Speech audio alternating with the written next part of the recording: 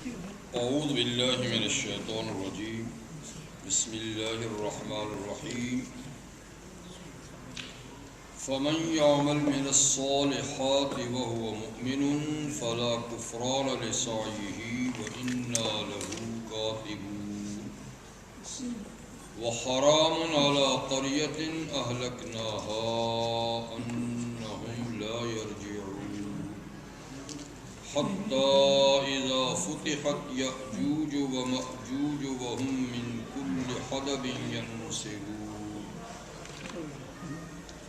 واقترب الوعد الحق فإذا هي شاخصة أبصار الذين كفروا يا ويلنا قد كنا في غفلة من هذا بل كنا ظالمين إنكم وما تعبدون من دون الله حصب جهنم أنتم لها واردون لو كان هؤلاء آلهة ما وردوها وكل فيها خالدون لهم فيها زفير وهم فيها لا يسمعون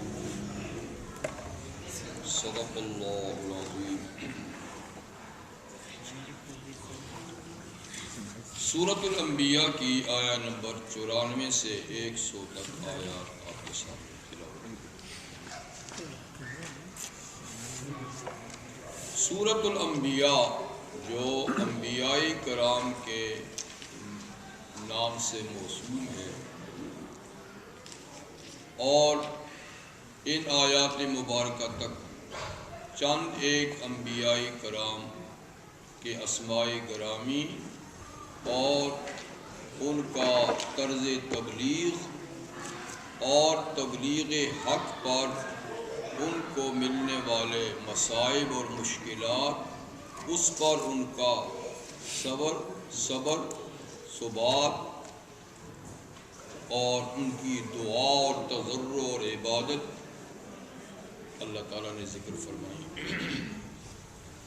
جن میں موسیٰ و ہارون، حضرت ابراہیم، نوح علیہ السلام، لوط علیہ السلام اور حضرت یونس، حضرت ایوب، حضرت زکریا اور یحییٰ علیہ السلام اور آخر میں مریم صدیقہ اور ان کے صاحبزادے حضرت عیسیٰ علیہ السلام کا ذکر ہوا.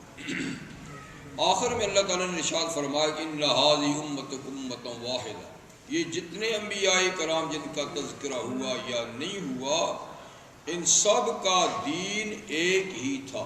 امتکم امۃ واحدہ، ایک ہی دین تھا سب کا، اور اس دین کی بنیاد یہ ہے کہ میں تمہارا رب ہوں، میری ہی عبادت کرو. اسی کی دعوت سب انبیاء کرام نے دی، لیکن لوگوں نے اپنے دین کے معاملے کو بعد میں ٹکڑے ٹکڑے کر دیا، پیس بنا دیا، فرقے کر دیا. عقائد میں بھی فرقے بن گئے، اعمال میں بھی فرقے بن گئے، لیکن انبیاء کرام تو ایک ہی دین لے کر آئے تھے. پھر اللہ نے فرمایا کہ کوئی بات نہیں، کل الینا راجعون، یہ سب میرے ہی پاس تو آئیں گے. جنہوں نے دین کو ٹکڑے کیا، دین کو بکھرے کیا، دین میں تفرقہ ڈالا، جائیں گے کہاں؟ آئیں گے تو میرے ہی پاس. پھر میں فیصلہ کر دوں گا ان تمام اختلافات کا اور بتا دوں گا کہ حق اور سچ کیا تھا. اسی سلسلے میں آج کی آیات ہیں کہ جب اللہ تعالیٰ کے پاس پلٹ کے جائیں گے تو فیصلہ کس نوعیت کا ہوگا؟ فیصلے کا قانون اور ضابطہ اللہ کے ہاں کیا ہے؟ نوازش کس پہ ہوگی؟ گرفت اور پکڑ کس کی ہوگی؟ تو اسی کو آج کی آیات میں بیان کیا جا رہا ہے. فرماتے کہ فمن یعمل من الصالحات، جب ہمارے پاس لوگ آئیں گے پلٹ کر، تو جس نے نیک کام کیے ہیں دنیا کی اس زندگی میں، نیک کام کیے ہیں، وَهُوَ مُؤْمِنٌ، بشرطی کہ وہ نیک کام ایمان کی بنیاد پر کیے ہیں، کیونکہ بغیر ایمان کے نیک اعمال کی کوئی قیمت اللہ کے ہاں نہیں، آخرت میں نہیں۔ دنیا میں تو اللہ تعالیٰ کسی کی اچھے کاموں کا بدلہ دے ہی دیتے ہیں جی، لیکن آخرت میں اسی نیک کام کا بدلہ ملے گا جس کی بنیاد ایمان ہوگی۔ اگر بغیر ایمان کے پہاڑ جتنا عمل بھی ہوگا تو وہ رائے گا اور ضائع چلا جائے گا، اور ہوا منصورہ، وہ ذروں کی طرح اللہ اس کو اڑا دیں گے، اس کی میرے ہاں کوئی قیمت نہیں۔ اور ویسے عمل صالح، جیسے میں کئی دفعہ آپ کو بتا چکا ہوں کہ نیک عمل کس کو کہتے ہیں، وہ نہیں جس کو ہر آدمی اپنی نظروں یا اپنے خیال میں نیک کہے، بلکہ عمل کے نیک ہونے کا بھی ایک معیار ہے، ایک پیمانہ ہے، ایک ضابطہ ہے۔ وہ کیا ہے؟ عمل کے نیک ہونے کا ایک ضابطہ تو یہ ہے کہ وہ عمل ایسا ہو جسے اللہ نے نیک کہا ہے،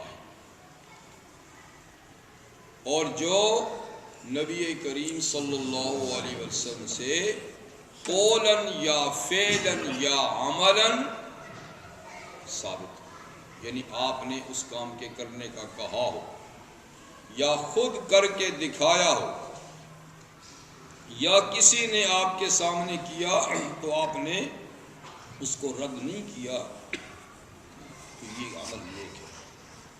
دوسرے لفظ میں آپ کہیں جو کام سنت کے مطابق ہے وہ نیک ہے، جو سنت سے ہٹ کے ہے وہ کتنا ہی خوشنما کیوں نہ ہو، دلچسپ کیوں نہ ہو، جاذب نظر کیوں نہ ہو، نیک نہیں ہے۔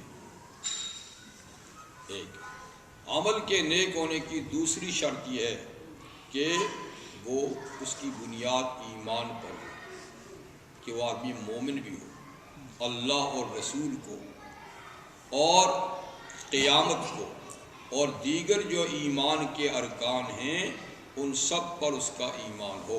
آمنت باللہ و ملائکتہ و کتبہ و رسلہ والیوم الآخر والقدر خیر و شر من اللہ تعالی، یہ ایمان کے اصول ہے، ان سب پر اس کا یقین ہو، پھر وہ یہ کام کرے۔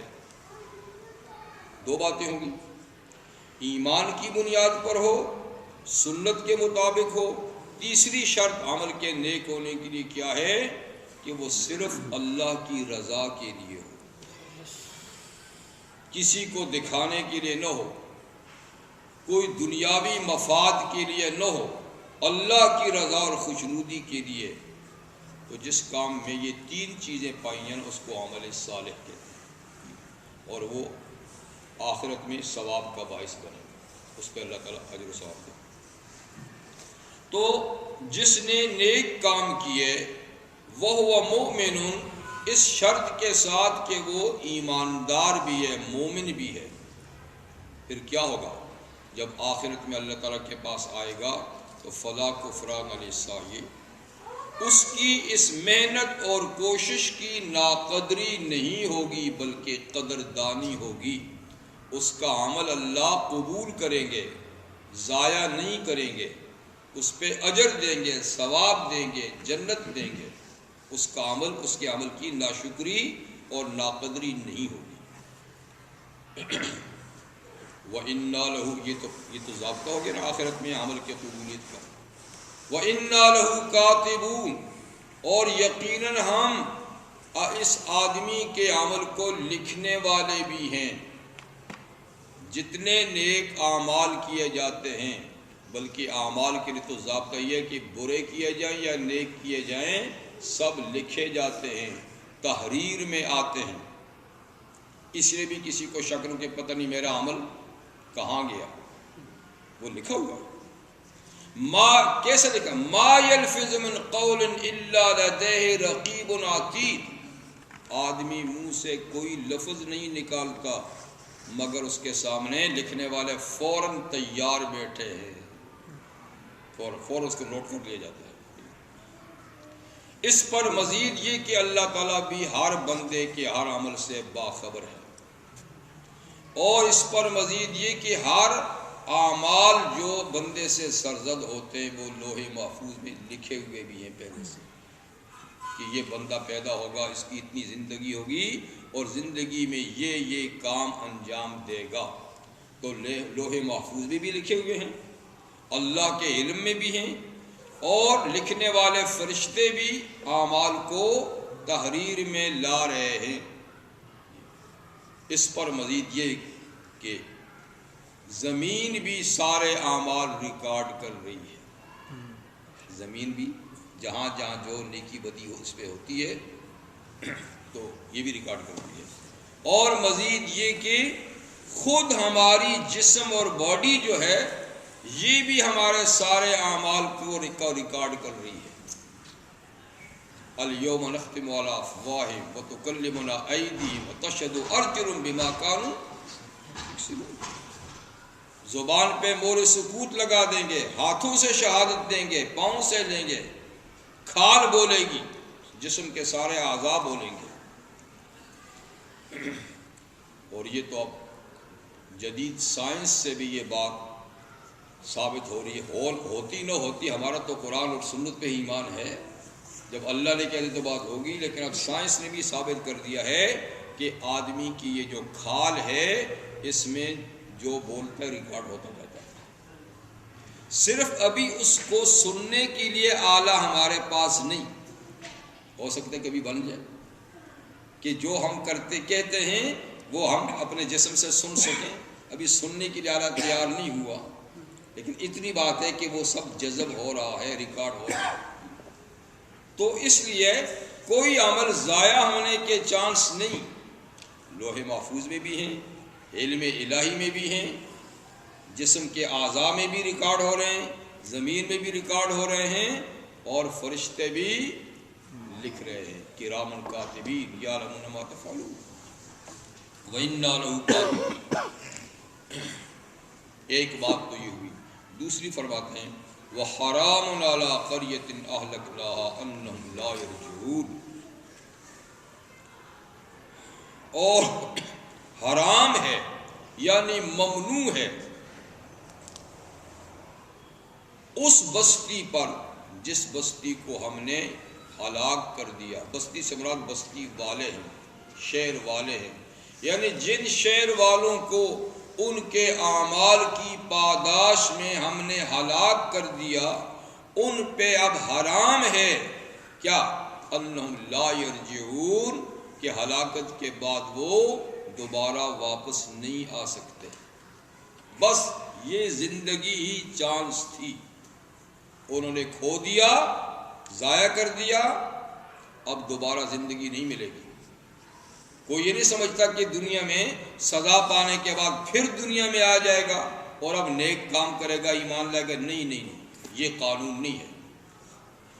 جو لوگ سزا یافتہ ہیں، جو شہر اور ملک سزا یافتہ ہوئے ہیں، اب ان کا دوبارہ آنے کا امکان نہیں، بس انہوں نے وقت گما دیا، اب وہ واپس۔ تو پہلی قومی لحاظ سے جو صفحہ ہستی سے مٹائے گی وہ نوح علیہ السلام کی قوم، پھر قوم عاد، قوم ثمود، قوم لوط، قوم شعیب، جن اقوام کا قرآن میں ذکر ہے، اور نہ معلوم دنیا کی اور کتنی اقوام ہیں جو اپنے گناہوں کی پاداش میں صفحہ ہستی سے مٹا دی گئیں، تو کیا وہ لوگ واپس آئیں؟ پھر نہیں، ان کی جگہ اور لوگ آئے اور آباد ہوئے، لیکن جو ایک دفعہ مٹ گیا وہ اب قیامت سے پہلے واپس نہیں آ سکتا۔ ایک معنی تو اس کا یہی ہے کہ وہ واپس نہیں آ سکتا۔ دوسرا معنی اس آیہ کریمہ کا یہ بھی ہے کہ وَحَرَامٌ عَلَىٰ قَرْيَةٍ أَهْلَكْنَاهَا أَنَّهُمْ لَا يَرْجِعُونَ، کہ وہ بستی یا وہ شہر یا وہ ملک جسے ہم نے ہلاک کیا، ان پہ حرام ہے ہدایت کی طرف آنا، یعنی فرض کرو، قانون تو یہ نہیں ہے کہ وہ موت کے بعد پھر دنیا میں آئیں گے، فرض کرو کہ ہم نے ان کو ایک دفعہ سزا دی اور مٹا دیا، اور پھر ہم ان کو دنیا میں آنے کا موقع دے دیں، تب بھی ان پر ہدایت کی طرف آنا حرام ہے، وہ پھر بھی ہدایت پہ نہیں آئیں گے، سزا پا کر بھی ہدایت پہ نہیں آئیں گے، ویسے آنے کا قانون بھی نہیں ہے، لیکن اللہ تعالیٰ جانتے ہیں کہ سزا یافتہ قوموں کو ایک اور چانس دوں تب بھی وہ سیدھے نہیں ہوئے، جبھی تو ان کو سزا دی، کیونکہ ان میں سیدھا ہونے کی کوئی بات تھی ہی نہیں۔ اللہ تو اول سے آخر تک سب جانتے ہیں، صلاحیتیں تو بہرحال، اور اس تفسیر کی تائید قرآن مجید کی دوسری آیات سے یوں ہوتی ہے کہ قیامت جب قائم ہو جائے گی تو اس وقت، بلکہ جو موت کا وقت ہے، جب موت یقینی ہو جاتی ہے تو اس وقت مرنے والا اگر نیک نہیں، کافر ہے، گناہگار ہے، تو وہ تمنا کرتا ہے کہ رب ارجعون لعلی اعمل صالحا فیما ترکت، اے اللہ مجھے تھوڑا سا وقت دے دے، مجھے تھوڑا سا اور وقت دے دے، میری زندگی تھوڑی سی اور بڑھا دے، رب ارجعون، اے اللہ مجھے تھوڑا سا واپس دنیا میں بھیج دیں، لعلی اعمل صالحا، تاکہ میں اب نیک کام کروں، اب میں نے نقشہ دیکھ لیا، اپنے اعمال بد کے سلسلے میں جو ملنا تھا وہ دیکھ لیا، جی میں سچی توبہ کرتا ہوں، اب زندگی کو بدل دوں گا، بس تھوڑا سا مجھے واپس کیجئے، لعلی اعمل صالحا فیما ترکت، جو میں پیچھے چھوڑ کر آیا ہوں، مال چھوڑ کے آیا ہوں، زندگی چھوڑ کے آیا ہوں، اب اچھے کام کروں گا۔ اللہ تعالیٰ فرمائے اللہ نہیں، واپسی کا قانون نہیں ہے، اب آگے ہی جانا ہے، واپس نہیں آ سکتا۔ قیامت کے دن بھی یہ لوگ کہیں گے کہ اللہ اگر ہمیں آپ دوبارہ دنیا میں بھیج دیں تو ہم اب بدل جائیں گے، تو اللہ تعالیٰ فرمائیں گے نہیں، میں جانتا ہوں کہ تم پھر نہیں بدلو گے، اگر میں دنیا میں تمہیں اور زندگی دوں اور بھیج دوں، تم پھر پلٹ کے وہی کام کرو گے جو پہلے کرتے رہے،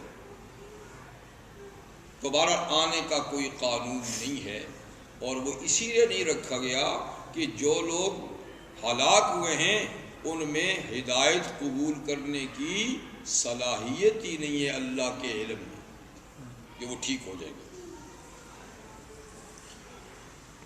تو بہرحال یہ سلسلہ ایسا ہی رہے گا یہاں تک کہ قیامت کبریٰ قائم ہو جائے گی، یعنی جو ہلاک ہوئے واپس نہیں آئیں گے یہاں تک کہ قیامت کبریٰ قائم ہو جائے گی۔ اور قیامت کبریٰ کب قائم ہوگی؟ تو اس کی نشانیوں میں سے ایک بڑی نشانی اللہ ذکر فرماتے ہیں، اللہ تعالیٰ کے پاس پلٹ کے کب جائیں گے؟ جی اس کی ایک بڑی نشانی ہے کہ حتی اذا فتحت یاجوج و ماجوج، یہاں تک کہ جب یاجوج اور ماجوج قوموں کے لیے دروازہ کھول دیا جائے گا، ابھی وہ لاک اپ ہے، بند ہے، جب ان کے لیے دروازہ کھول دیا جائے گا تو یہ اقوام کتنی بڑی مقدار میں ہیں، کیسے دنیا میں آئیں گی، کیسی تباہی مچائیں گی۔ وَهُمْ مِنْ كُلِّ حَدَبٍ يَنْسِلُونَ، یہ ہر بلندی سے بہتے ہوئے آئیں گے، اس تیزی سے آئیں گے جیسے کہ بلندی سے پانی بہتا ہے، تو اتنی مقدار میں جیسے کہ سیلاب آ رہا ہے، تو جیسے انسانوں کا سیلاب آ رہا ہے، تیزی سے آئیں گے، بہتے ہوئے آئیں گے۔ یہ قیامت کی نشانیوں میں سے آخری نشانیوں میں سے ایک نشانی ہے، یعنی اس کے بعد اور نشانیاں بھی کچھ ہوں گی، بس پھر قیامت بہت نزدیک ہو جائے گی۔ تو قیامت کی یہ نشانی جو یاجوج ماجوج کی اقوام آئیں گی، ایک دفعہ اس کا ذکر پہلے سورہ کہف کے آخر میں بھی اختصار کے ساتھ ہوا، مختصر بھی مختصر سا ہے، یا بھی وہاں ذوالقرنین کے قصے میں ہے کہ وہ ایک سفر، شمالی سفر میں گئے تھے جی، اور ایک قوم سے ان کا واسطہ پڑا، تو اس قوم نے ان اقوام کی شکایت کی تھی کہ جی ہم ان سے بڑے تنگ ہیں، یہ اس درے سے آ کے لوٹ مار مچاتے ہیں، تو بس اگر آپ ان کے ہمارے درمیان میں کوئی دیوار کھڑی کر دیں تو بڑی مہربانی ہوگی، ہم آپ کو ٹیکس پے کریں گے، جی آپ یہ کام کریں۔ ان کا ٹیکس کی ضرورت نہیں ہے، مجھے اللہ کا دیا ہوا بہت ہے، تم صرف ہاتھ پاؤں سے میری مدد کرو، میں دیوار کھینچ دیتا ہوں۔ تو انہوں نے ایک لوہے کی دیوار کاٹ دی تھی دو بڑے پہاڑوں کے درمیان، تو یہ قومی پیچھے دھکیل دی گئی تھی۔ یہی دیوار قرب قیامت میں ٹوٹے گی۔ اس پر تھوڑی بہت بات ہم نے وہاں کر دی تھی کہ دیوار کہاں ہے کہاں نہیں ہے، کیا صورتحال ہے، اللہ تعالیٰ بہتر جانتے ہیں، اس پہ صدیاں بیت گئی ہیں جی۔ اس وقت ایسی کسی دیوار کا کوئی نام و نشان نہیں ملتا، لیکن کئی قسم کی دیواریں دنیا میں موجود ہیں، لیکن واقعی ذوالقرنین کی دیوار کہاں ہے اس کا کوئی خاص پتہ نہیں ہے۔ ہو سکتا ہے پہاڑوں میں گر گئی ہو، فی الحال دفن ہو گئی ہو، پھر نکل آئے، اور نہیں ان قوموں کا صحیح معنی میں اس وقت پتہ ہے جی۔ لیکن بہرحال جب قرآن نے کہا کہ ایسی دیوار بھی ہے، اس کے پیچھے یہ قومیں بھی ہیں، اتنی بڑی تعداد بھی ہے، تو یقینی بات ہے کہ یہ چیزیں ہیں، اللہ نے ہماری آنکھوں سے ان کو اوجھل کر رکھا ہے۔ تو یہ کوئی بات ضروری نہیں کہ جو کچھ دنیا میں ہے ہم سب اس کو دیکھ پائیں، جسے اللہ تعالیٰ نہ دکھانا چاہے نہیں دیکھ سکتے، اور جب دکھانا چاہے گا دیکھ لیں گے۔ تو یہ قومیں یقیناً ہے، قرآن میں ذکر ہے، حدیث میں ذکر ہے جی۔ اور کہتے ہیں کہ یہ اتنی بڑی تعداد میں ہیں کہ ہم انسانوں کے مقابلے میں ہیں، وہ بھی انسان، یہ بھی آپ کو بتا دوں، اور حضرت نوح علیہ السلام کے بیٹے حضرت یافس کی اولاد میں سے۔ تو 3 بیٹے تھے نوح علیہ السلام کے ساتھ ان کی کشتی میں۔ یہ جتنی انسانیت ہے طوفان نوح کے بعد حضرت نوح علیہ السلام کے 3 بیٹوں کی اولاد ہے، باقی سارے لوگ ختم ہو چکے تھے، یعنی جو کشتی میں آئے تھے ان کی بھی نسل نہیں چلی آگے، وہ جو ڈوب گئے تھے وہ تو سو ڈوب گئے تھے، بس اگلی نسل جو انسانوں کی چلی ہے تو یہ نوح علیہ السلام کے 3 بیٹوں سے، حام، سام اور یافس۔ ہم لوگ حام اور سام کی اولاد سے ہیں، اور یاجوج ماجوج یہ یافس کی اولاد سے، پورا ایک بیٹے کی اولاد ہے جی۔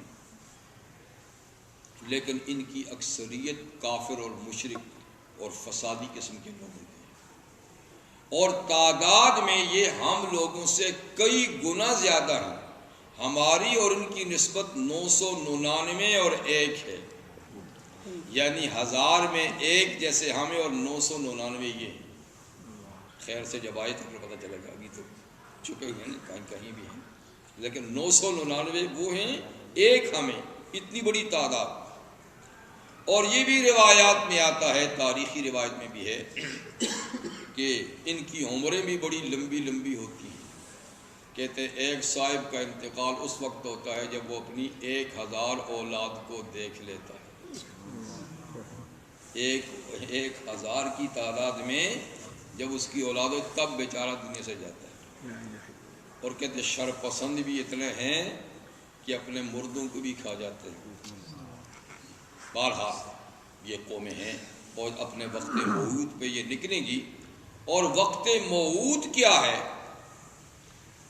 تو قیامت کی جو 8 بڑی نشانیاں ہیں ان کی پوری ترتیب کا پتہ نہیں کہ کس ترتیب سے وہ قیامت کی نشانیاں آئیں گی، لیکن ان میں چند نشانیوں کی ترتیب معلوم ہے، جن میں یہ بھی ان کی ترتیب بھی معلوم ہے۔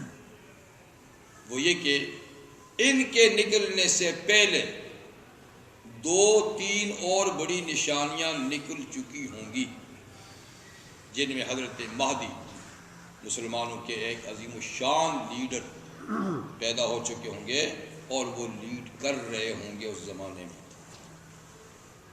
انہی کی لیڈری کے زمانے میں دجال بھی قیامت کی آخری نشانی میں سے اس کا خروج ہوگا جی۔ اور دجال کے خروج کے بعد عیسیٰ علیہ السلام کا آسمان سے نزول ہوگا، یہ بھی قیامت کی آخری نشانیوں میں سے۔ تو حضرت مہدی پہلے، دجال کا خروج اس کے بعد، عیسیٰ علیہ السلام کا نزول ان کے بعد، اور عیسیٰ علیہ السلام کے دور حکومت میں یاجوج ماجوج نکلے گے. تو یہ 4 نشانیاں ان کی ترتیب. باقی دعوت الارض نکلے گا، پتہ نہیں پہلے آگے سورج مغرب سے نکلے گا، پتہ نہیں آگے یا پیچھے، آگ نکلے گی آگے یا پیچھے، زمین دھنسے گی. تو باقی نشانیاں 4 جو ہیں نا، ان کی ترتیب کا پتہ نہیں ہے آگے پیچھے، کہ یہ ترتیب سے ہے. تو اس سلسلے میں حدیث سنا دوں. احادیث میں جو تفسیر ہے وہ یہ ہے کہ حضرت نواس بن سمعان رضی اللہ تعالیٰ عنہ کی روایت ہے. ایک دفعہ نبی کریم صلی اللہ علیہ وسلم نے نماز کے بعد ہمیں لیکچر دیا، اور اس میں آپ نے دجال کے خروج کے بارے میں بتایا. دجال کے بارے میں آقا نے کچھ ایسی باتیں بتائیں جس سے اس کا معمولی اور حقیر ہونا معلوم ہوتا تھا، جیسے کہ وہ آنکھ سے کانا ہوگا، دوسری آنکھ میں روشنی ہی نہیں ہوگی، ایک اگری ہوئی ہوگی، ٹھیک وغیرہ، نوجوان ہوگا، گھنگھرالے بالوں والا ہوگا، گدھے پہ سوار ہوگا. لیکن کچھ باتیں اس کے بارے میں بڑی خوفناک اور دہشتناک آپ نے بتائیں، جس سے ہم پر اتنا خوف طاری ہوا اور ہمیں یوں لگا کہ جیسے وہ مدینہ میں آ چکا ہو اور کسی نخلستان کھجوروں کے باغ میں چھپا ہوا ہو اور ابھی جیسے نکل رہا ہے. کیونکہ حضور نے یہ بھی فرمایا تھا کہ اس کا فتنہ سب سے بڑا فتنہ ہوگا. تو اللہ تعالیٰ اس کو صرف 40 دن کی مہلت دیں گے، اور 40 دن اس کا فتنہ رہے گا. پر پہلا دن 1 سال جتنا لمبا ہوگا، دوسرا 1 مہینے جتنا لمبا ہوگا، تیسرا 1 ویک 1 ہفتے جتنا لمبا ہوگا، اور باقی دن نارملی طور پہ ایسے ہی ہوگے. تو صحابہ نے پوچھا حضور کیا وہ 1 سال جتنا لمبا دن ہوگا تو اس میں صرف 5 نمازیں پڑھیں گے ہم؟ آپ نے فرمایا نہیں، بلکہ تم حساب کر کے جتنے وقفے سے 5 نمازیں پڑھتے تھے اس سال میں اتنی سال بھر کی نمازیں پڑھو گے وقفے وقفے. یہ نہیں کہ 1 دن ہے تو تم 5 نمازیں پڑھو. خیر یہ ایک سوال تھا ان کا، اس کا جواب دے دیا. تو پھر حضور صلی اللہ علیہ وسلم نے یہ بھی ارشاد فرمایا کہ یعنی اس کے بارے میں کہ اس کو اللہ تعالیٰ کچھ ایسی پاور دے گا کہ ساری دنیا میں ان دنوں میں گھوم جائے گا، ساری دنیا، ہر بستی میں سوائے مکہ اور مدینہ کے نہیں داخل ہو سکے گا، بس ہر جگہ. صاحب نے پوچھے اتنا تیز؟ کوئی ہیلی کاپٹر میں جائے گا، کوئی جہاز میں؟ نہیں، گدھے پہ جائے گا. لیکن وہ ایسا تیز جائے گا جیسے کہ بادل چلتے ہیں جن بادلوں کے پیچھے موافق ہوا بھی ہو. پیچھے سے ہوا جن بادلوں کو دھکے نا کتنی تیزی سے ہو جاتے ہیں، ایسا تیزی سے گھومے گا. اور یہ کہ اس کے ساتھ جنت اور دوزخ بھی اس کے مصنوعی جنت دوزخ بھی ہوں گے وغیرہ، اس قسم کی بات ہے. کہتے ہیں ہم بڑے خوفنا ہوئے. شام ہوئی تو پیغمبر کریم علیہ السلام ارشاد اللہ تشریف لائے تو ہمارے چہروں سے خوف محسوس کیا کہ یہ ڈرے ہوئے ہیں. تو آپ نے فرمایا تم اس قصے سے ڈر گئے ہو؟ کہ ڈر تو گئے. آپ نے ڈرنے کی کیا بات ہے، اور تمہارے لیے کئی فتنے آئیں گے، اس سے زیادہ نہیں ڈرو. اگر میری زندگی میں آیا تو میں کافی ہوں. ہاں میری زندگی میں نہ آیا تو پھر ہر مسلمان کو حسب استطاعت اس سے بچنے کی کوشش کرنی چاہیے. اور اللہ تعالیٰ میری طرف سے تمہارا نگہبان ہو. اگر تم میں سے کسی کی زندگی میں آ جائے تو سورۃ الکاف کی اب شروع کی یا آخری آیتیں جو اس کے سامنے پڑے گا تو اس فتنے سے بچ جائے گا. تو اس قسم کی باتیں آپ نے تسلی سے فرمائیں. اور پھر آپ نے یہ ترتیب بتائی کہ وہ اتنے دن رہے گا، یوں یوں اس کا فتنہ ہوگا. اور پھر یہ کہ حضرت عیسیٰ علیہ السلام کا نزول ہوگا اسی فتنے کے زمانے میں، اس لیے کہ اس کا قتل عیسیٰ علیہ السلام کے ہاتھ سے مقدر ہے، اس کا مارنا. ٹھیک، تو وہ تشریف لائیں گے. اس وقت وہ 4تھے آسمان پہ ہیں ان کو اللہ نے زندہ آسمانوں پہ اٹھایا ہوا ہے. تو اس فتنے کی سرکوبی کے لیے، ختم کے لیے وہ آئیں گے. کہاں نزول ہوگا؟ فرمایا کہ دمشق کی مسجد کے مشرقی میں یعنی جو مینارہ ہے اس پر 2 فرشتوں پر سہارا لیے ہوئے آئیں گے. اس طریقے سے 2 فرشتوں پر سہارا لے کر 2 چادروں کا لباس پہنے ہوئے آئیں گے اور فرشتے مینار پہ ان کو چھوڑ دیں گے. بس مینار سے تو مسلمان سیڑھی لگائیں گے نیچے سے مینار پر, تو اس سیڑھی سے پھر وہ نیچے آئیں گے جی. اور نماز کا وقت ہو چکا ہوگا, حضرت مہدی اس وقت مصلی پہ ہوں گے, تکبیر بھی ہو چکی ہوگی, تو فرمائیں گے کہ حضرت تشریف لائیں, آپ نماز پڑھیں. وہ فرمائیں گے کہ نہیں, یہ شرف اللہ نے اس امت کو دیا ہے کہ اس امت کے بعض لوگ بعضوں کے امام بن سکتے ہیں, اور یہ اقامت آپ کے لیے کہی جا چکی ہے, یہ نماز تو آپ ہی پڑھائیں. تو وہ نماز حضرت مہدی پڑھائیں گے, اس کے بعد لیڈرشپ حضرت عیسیٰ علیہ السلام کو دے دیں گے. تو حضرت عیسیٰ علیہ السلام کو اللہ تعالیٰ یہ معجزہ تھا, ان کے پاس اور بھی معجزات ہے. یہ معجزہ بھی ہوگا کہ آنے کے بعد ان کی سانس جہاں پہنچے گی تو کافر مرتے جائیں گے, اور سانس وہاں تک پہنچے گی جہاں تک ان کی نظر پہنچے گی. یہ نہیں کہ یہاں پھونک ماری دیتے, جہاں نظر جائے گی وہاں تک ان کی پھونک جائے گی. تو خیر وہ ان کا اصل مشن اور کافروں کو نہیں بلکہ تو اس کا پیچھا کریں گے. دجال بھی وہاں پہنچا ہوا ہوگا, اس کا پیچھا کریں گے. تو باب لد میں جا کر اس کو قتل کر دیں گے. باب لد اس وقت اسرائیل میں ایک جگہ ہے, اسی نام کی جگہ ہے, ایئرپورٹ بھی ہے جی. اور سنا ہے کہ وہاں کافی درخت وغیرہ وہ لگا رہے ہیں آج کل, وہ بھی اس کے انتظار میں ہیں. یعنی وہ لوگ بھی اس کے آنے کے انتظار میں ہیں, وہ اس کو اپنا نجات دہندہ سمجھتے ہیں نا. تو وہاں بڑی کاشتکاری اور یہ درخت لگا رہے ہیں نا, اس لیے کہ حضور نے فرمایا کہ اس وقت یہودیوں کو کوئی درخت اور پتھر بھی پناہ نہیں دے گا. ہاں غرقد نام کا ایک درخت ہوگا جس کی پناہ میں جائیں گے, تو یہ وہی لگا رہے ہیں, وہ بچائے گا. خیر بہرحال وہاں وہ قتل ہو جائے گا بابل. تو حضرت مہدی کا انتقال ہو جائے گا, تو حضرت عیسیٰ علیہ السلام کی حکومت ہوگی.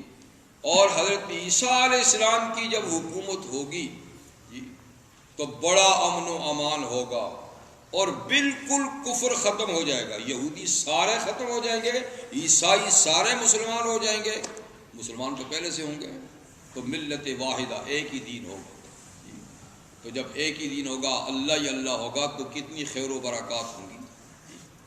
اسی دوران اللہ تعالیٰ حضرت عیسیٰ علیہ السلام کو فرمائیں گے کہ میں اب اپنے ایسے زبردست بندے نکال رہا ہوں کہ جس کا مقابلہ کوئی نہیں کر سکے گا.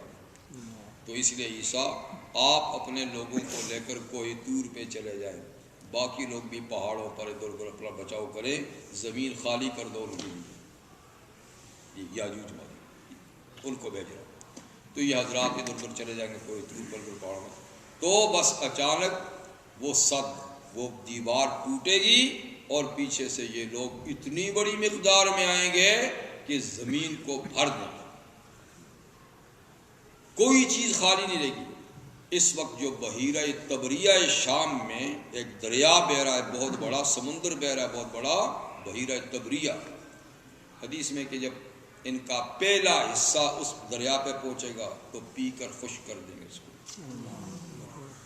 پچھلے جب آئیں گے تو کہیں گے کبھی یہاں بھی دریا ہوتا ہوگا, یہاں بھی کبھی پانی ہوتا ہوگا. اتنا پہلے اس کو چاٹ جائیں گے.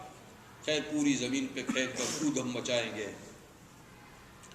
تو یہ حضرات جتنا اللہ تعالیٰ کو منظور ہوگا یہ ہوں گے زمین میں.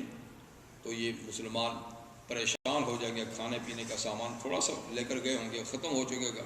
کہیں گے یا اللہ زمین تو انہوں نے بھری ہوئی ہے, کھانا پینے کا سامان ختم ہے, مصیبت سے جان چھڑائیے. تو اللہ تعالیٰ طاعون جیسی ایک بیماری پیدا کریں گے. طاعون کسی زمانے میں ایک وبا ہوتی تھی, یہاں ایک گلٹی پیدا ہوتی تھی جس سے آدمی مرتے تھے, اور پھیلتی تھی تو ہزارہا لوگ اور بستیوں کی بستیاں اس کی لپیٹ میں آ جاتی تھی. اب تو سننے نہیں آتی اس قسم کی کوئی بیماری, لیکن اس زمانے میں تھی. چلو جو بھی ہے. تو خیر وہ ان کو اللہ تعالیٰ اس قسم کی ایک بیماری لگیں گے, تو سارے کے سارے یک دم یاجوج اور سب ختم ہو جائیں گے، مر جائیں گے تو اب زمین ساری بھر جائیں گے، لاشیں ہی لاشیں ہیں۔ تو پھر تو یا اللہ پھر بھی اتنے تو کہاں جائیں، تو پوری زمین لاشوں سے اٹھی پڑی ہے۔ تو پھر حدیث میں ہے کہ اللہ تعالیٰ لمبی گردن کے کچھ پرندے پیدا کریں گے، اسی وقت اونٹ کی طرح لمبی لمبی ان کی گردنیں ہوں گے پرندے، وہ لاشوں کو چونچوں میں پرندوں میں اٹھائیں گے اور اٹھا کرو کوئی سمندر میں کوئی دروں میں دور دراز پھینک دیں گے، تو زمین کا حصہ خالی ہوگا۔ خالی تو ہو جائے گی لیکن جب تک لاشیں پڑی تھی اب ان کی بدبو ہی بدبو ہے، پھر کہیں گے یا اللہ کہاں جائیں؟ تو پھر زبردست بارش اللہ تعالیٰ برسائیں گے، کئی دن مسلسل بارش برس کے زمین کو دھو کر بالکل آئینے کی طرح کر دیں گے۔ اب یہ حضرات سب بلندیوں سے اتریں گے، زمین پہ آباد ہوں گے، اور اللہ تعالیٰ زمین کو حکم دیں گے کہ اب تو پوری اپنی برکات کا اظہار کر، جو میں نے تیرے اندر پیدا کرنے کی صلاحیتیں اور برکتیں رکھی ہیں، تو پوری برکت کے ساتھ چیزیں، تو بہرحال ایسی فراوانی ہو جائے گی پیداوار کی، کیونکہ نیکی ہی نیکی ہوگی، گناہ تو ہوگا نہیں۔ یہ تو گناہ کے اثرات ہیں جو ہم دیکھ رہے ہیں، تو اب نیکی ہی نیکی ہوگی تو زمین سے بہتر خزائیں پیدا ہوں گی۔ فرمایا ایک انار اتنا بڑا ہوگا، انار کا دانہ، کہ اس کو جب کھول کے اندر سے کھائیں گے تو کئی لوگ کھائیں گے، اور آدھے پیس کا امبریلا بنا کے کئی لوگ اس کے نیچے بیٹھیں گے، آدھے پیس کا۔ اور اونٹنی اتنا دودھ دے گی کہ بہت بڑی جماعت پی کر سیراب ہوگی، گائے بھی اتنا دودھ دے گی کہ محلے کے محلے پی لیں گے، اور بکری بھی اتنا دودھ دے گی کہ کئی لوگ خاندان سے سیراب ہوں گے۔ یعنی ہر چیز کی فراوانی، ہر چیز کی۔ اور اسی طریقے سے زمین سے خزانے ہوں گے، کوئی زکوٰۃ لینے والا صدقہ لینے والا نہیں ہوگا، کوئی چوری ووری نہیں ہوگی، کچھ نہیں ہوگا، بس خیر اور خیر، سعادت اور سعادت، رفاہیت اور رفاہیت ہی کا ایک دور ہوگا۔ اور فرمایا کہ بچے سانپوں سے کھیلیں گے پر سانپ اور بچھو ڈسیں گے نہیں، اس لیے کہ ان میں جو زہر ہے نا وہ ہم نے بھرا ہے، جھاڑیوں میں کانٹے ہم نے لگائے ہیں جی، یہ ہمارے گناہوں سے کانٹے ہیں، ہمارے گناہوں سے کڑواہٹ ہے، ہمارے گناہوں سے جانوروں میں زہر ہے، ہمارے گناہوں سے دشمنیاں ہیں، یہ ساری چیزیں انسان کے اعمال سے ہیں۔ جب سب کے اعمال ٹھیک ہو جائیں گے یہ چیزیں سب ختم ہو جائیں گی، تو بچے کھیلیں گے سانپوں کے ساتھ، سانپ کاٹیں گے نہیں۔ ایک ایسا دور ہوگا عظیم شان۔ خیر یہ دور گزر جائے گا امن و امان کا، پھر ایک زمانے تک دنیا چلتی رہے گی، اور بالکل پھر قیامت جب قریب آ جائے گی تو تمام آل ایمان قیامت کبریٰ آنے سے پہلے ہی اللہ ان کو اپنے پاس بلا لیں گے۔ ہر مومن جو ہے نا اس کو ایک بیماری کے ذریعے سے اللہ تعالیٰ موت دے دیں گے۔ اب دنیا میں صرف شر ہی شر، جیسے اس دور میں خیر ہی خیر ہوگی نا، تو پھر اس کے بعد شر ہی شر ہوگا، بدماشی ہی بدماشی ہوگی، غنڈہ گردی ہوگی، حیوانیت ہی حیوانیت ہوگی، شہوت رانی، یعنی شکل و صورت کے انسان ہوں گے، دل و دماغ کے درندے ہوں گے، کہ اچانک سور پھونکی جائے گی ان پہ، سور اسرافیل، اور ان کا خاتمہ ہو جائے گا۔ حتی اذا فتحت یاجوج و ماجوج، یہاں تک کہ جب کھول دیے جائیں گے یاجوج ماجوج، وہم من کل حدب ینسلون، اور وہ ہر بلندی سے بہتے ہوئے آئیں گے زمین پر۔ پھر کیا ہوگا؟ واقترب الوعد الحق، ان کے آنے کے بعد بس وہ قیامت کا سچا وعدہ قریب ہو چکا ہوگا۔ اب اس کے بعد قیامت کا وقت بہت قریب ہو چکا ہوگا، اور جب قیامت آ جائے گی تو کتنی دہشتناک اور خوفناک ہوگی وہ قیامت۔ فَإِذَا يَشَاخِصُ الْأَبْصَارُ الَّذِينَ كَفَرُوا، اس وقت کافروں کی آنکھیں کھلی کی کھلی رہ جائیں گی مارے دش کے۔ جب سور پھونکی جائے گی اس کی خطرناک آواز جب نکلے گی، ہکے بھکے ہو کیا گیا، کیونکہ بالکل نارمل حالت میں ہوں گے لوگ، کوئی کھیتوں میں کام کر رہا ہے، کوئی حوضوں کی لپائی کر رہا ہے، کوئی جانوروں کا دودھ دو رہا ہے، کوئی دکان پہ بیٹھا سودا بیچ رہا ہے، بالکل ٹھیک حالات میں، کہ اچانک بگل بجنے لگ جائے گا اور بجتے بجتے اتنا خوفناک آواز ہو جائے گی کہ آنکھیں پھٹی کی پھٹی رہی۔ تو کافروں کی آنکھیں کھلی کی کھلی رہ جائیں گی، کہیں گے یا ویلنا، اے افسوس، قد کننا فی غفلت من ھذا، ہم تو اس دن سے بے خبر تھے، اس دن کو تو مانتے ہی نہیں تھے۔ بل کننا، یہ ہمیں تو بہت سمجھایا لوگوں نے کہ ایسا دن آنے والا ہے، لیکن ہم تو اس کو مانتے ہی نہیں تھے، ہم اس سے بے خبر رہے، اس کے لیے تو ہم نے کوئی تیاری ہی نہیں کی۔ بل کننا ظالمین، بلکہ اس سے بے خبر رہے کہ ہم ظالم رہے، ہمیں اس دن کے بارے میں بتایا گیا تھا، ہم نے یقین نہیں کیا۔ تو یوں یعنی قیامت آئے گی اور پھر میرے پاس سب آئیں گے اور پھر میں لوگوں میں فیصلہ کروں گا سچ کیا تھا، جھوٹ کیا تھا، حق کیا تھا، باطل کیا تھا۔ اور پھر یاد رکھو یعنی ایک کافرو، انکم وما تعبدون من دون اللہ، تم بھی اور جن کی تم اللہ کے سوا پوجا کرتے ہو، عبادت کرتے ہو، حسب و جہنم، تم سب جہنم کا ایندھن بن جاؤ گے، فیول بن جاؤ گے جہنم کا، سب کے سب، تم کو بھی تمہارے خداؤں کو بھی جہنم میں جاؤ گے۔ حسب کہتے ہیں اس چیز کو جس سے آگ جلائی جاتی ہے نا، ایندھن۔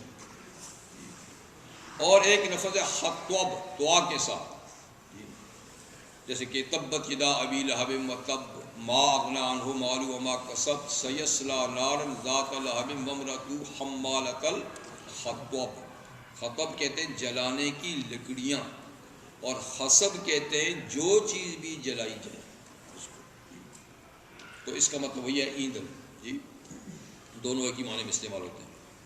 تم اور جن کی تم اللہ کے سوا عبادت کرتے تھے، حسب و جہنم، جہنم کا ایندھن ہو، جھونک دیے جاؤ گے جہنم میں، انتم لہا واردون، تم سب جہنم میں اترنے والے ہو، وہاں اتار دیا جائے گا۔ اور لو کان ہؤلاء آلہۃ، اگر جن کو تم خدا سمجھ کے پوجتے ہو، قادر سمجھ کے پوچھتے ہو، اگر یہ خدا ہوتے، آج تو تم ان کو خدا اور حاجت روا اور مشکل کشا سمجھتے ہو، اگر یہ ہوتے ما وردوہا، تو کم سے کم یہ خود تو جہنم میں نہ جاتے نا، خود تو نہ جاتے نا، لیکن یہ بھی جب جائیں گے تو اس کا مطلب یہ ہے کہ وہ کچھ بھی نہیں تھے، وہ اپنے آپ کو نہیں بچا سکے۔ تو ان کو جھونکنے کا مقصد ہی یہ ہوگا کہ لو تم نے کس کو معبود بنایا تھا جو اپنے آپ کو بھی نہیں بچا سکے، جی تو ہم تو ڈوبے ہیں صنم، لو تم کو بھی، ہاں دیکھو وہ خود بھی جا رہے ہیں ڈوب، وہ خود بھی ڈوب رہے ہیں، تم بھی ڈوب رہے، وہ بھی ڈوب رہے ہیں، اتنا بھی نہیں کر سکتے کہ اپنے آپ کو وہ بچا سکے، تمہیں کیا بچا۔ وَكُلٌّ فِيهَا خَالِدُونَ، اور یہ سب عابد و معبود ہمیشہ ہمیشہ جہنم میں رہیں گے، یعنی جو کافر ہیں، جو مومن ہیں وہ ہمیشہ تو نہیں رہیں گے، لیکن جو کافر ہیں وہ ہمیشہ جہنم میں رہیں گے۔ اور جہنم میں جا کر کوئی دنیا کی جیل نہیں، کوئی بات نہیں، وہ بات نہیں، یہ جہنم ہے۔ لہم فیہا زفیر، جہنم میں جب یہ جائیں گے تو ایک چیخ و پکار ہوگی ان کی، روئیں گے، گڑ گڑائیں گے اور چیخیں گے، اور اتنا چیخیں گے کہ وہ ہم فیہا لا یسمعون، وہ اس میں ایک دوسرے کی سن بھی نہیں سکیں گے، اتنی چیخیں ہوں گی کہ دوسرے کی بات کان میں پڑے گی نہیں، ایک غوغا ہوگا، ایک شور و غل ہوگا۔ اور پھر یہ ہے کہ اللہ تعالیٰ ان کو الگ کر کر کے آگ کے ستونوں میں، آگ کے پلروں میں ایک ایک کو ٹھونس کر اوپر سے ڈھانک لیں گے آگ سے، تو پورا ستون بھی چاروں طرف سے آگ کا ہوگا، اوپر سے ڈھکن بھی، تو تاکہ بار دوسروں پر شور نہ جائے۔ تو پہلے اکٹھے ہوں گے تو شور مچائیں گے، پھر الگ الگ کر کے ہر ایک کو جکڑ دیا جائے گا۔ تو یہ مختلف مرحلے یعنی ان کے وہاں پر ہوں گے جہنم کے۔ جب یہ آیہ کریمہ نازل ہوئی کہ تم اور تمہارے خدا جہنم میں جاؤ گے، تو مکہ کا ایک شاعر عبداللہ زبعری، بعد میں تو مسلمان ہو گیا، یہ قیامت ہی کا ذکر ہو رہا ہے۔ قیامت کا جب وقوع ہوگا تو اللہ تعالیٰ فرماتے ہیں کہ یہ کائنات لپیٹ دی جائے گی، یہ موجودہ سسٹم ختم کر دیا جائے گا جی۔ اس دن یعنی قیامت کے دن نطوی السماء، ہم آسمان کو لپیٹ لیں گے، لپیٹ اس لیے کہ اس وقت یہ پھیلے ہوئے ہیں۔ سورہ زمر میں اللہ تعالیٰ فرماتے ہیں کہ وَالْأَرْضُ قَبْضَةُ يَوْمَ الْقِيَامَةِ وَالسَّمَاوَاتُ مَطْوِيَّاتٌ بِيَمِينِهِ، یہ زمین اللہ کی مٹھی میں ہوگی قیامت کے دن، اور آسمان دائیں ہاتھ میں لپیٹے ہوئے ہوں گے۔ زمین مٹھی میں ہوں گی، یہ لپیٹے، تو مقصد یہ کہ یہ نظام ختم ہو جائے۔ لیکن زمین کے لیے مٹھی اس لیے کہا کہ وہ گول سی ہے نا، چھوٹی سی ہے، وہ مٹھی میں۔ آسمان چونکہ پھیلے ہوئے ہیں نا بہت، ایک سے ایک، تو پھیلی ہوئی چیز کو لپیٹ کے ہاتھ میں لیتے ہیں، سمٹی ہوئی چیز کو مٹھی میں لے لیتے ہیں۔ تو مقصد دونوں کا کیا ہے؟ یہ نظام ختم کر دیں گے۔ تو اس دن ہم آسمانوں کو لپیٹ دیں گے، کَطَيِّ السِّجِلِّ لِلْكُتُبِ، جیسے کہ سجل کا، فائل کور کا، پیپروں کو لپیٹ دینا۔ سجل کے دو معنی ہیں مفسرین کے۔ ایک معنی سجل کا مفسرین کرتے ہیں کہ سجل ان فرشتوں کا آفیسر ہے جو اعمال نامہ لکھتے ہیں، ان پر جو کنٹرولر ہے نا، اس کا نام ہے سجل، ان پر بھی ایک آفیسر ہے۔ تو اس کا کام یہ ہوتا ہے کہ جب آدمی مر جاتا ہے تو ان تمام فرشتوں نے جو ان کا ریکارڈ لکھا ہوتا ہے نا، ان سے وہ لے کر اس کو لپیٹتا ہے۔ لپیٹ کے کیا کرتا ہے؟ مرنے والے کے گلے میں لٹکا دیتا ہے۔ یہ اس کی ڈیوٹی کیا ہے؟ بس یہی ہے کہ جب کاروائی مکمل ہو جاتی ہے، موت کے ساتھ مکمل ہو جاتی ہے تحریر، تو ان فرشتوں سے وہ سارا ریکارڈ لے